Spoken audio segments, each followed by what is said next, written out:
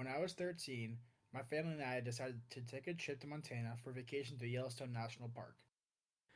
Luckily, we have family friends in Montana that own a beautiful ranch and were planning on having us stay at their massive home for the first few nights. The first day, we went whitewater rafting and had an amazing time. But the next day, we were going to go sledding on Beartooth Mountain, one of the biggest mountains in all of Montana.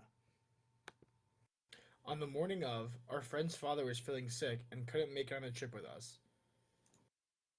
Our friend's mother decided to still take us and assured us she knew exactly where the spot was that they normally used to sled at.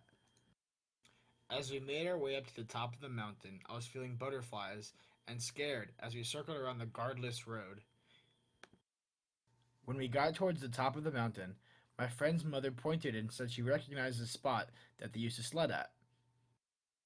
Being an excited 13-year-old, I ran to the back of the car, grabbed my sled, and was the first one going down the decline of the mountain without hesitating, and I never looked back.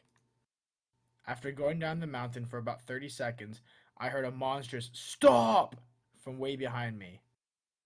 It was my dad's voice, so I quickly dug my feet into the ground as hard as I could and turned around to see what the problem was. My dad was yelling to come back up because my friend's mom said this wasn't the right spot. As I stood up, I realized that 6 feet ahead of me there was no more snow. It was just a drop off, and I was headed towards a 250-foot fall down to trees and rocks below me. I was put into a mental shock, and I was sick to my stomach for the rest of the day. I was just 6 feet away from serious injury or even death, and this was the first time in my life I had ever realized bad things can and do happen. I now know to always trust myself first, not others, and always be aware of my surroundings no matter where I am.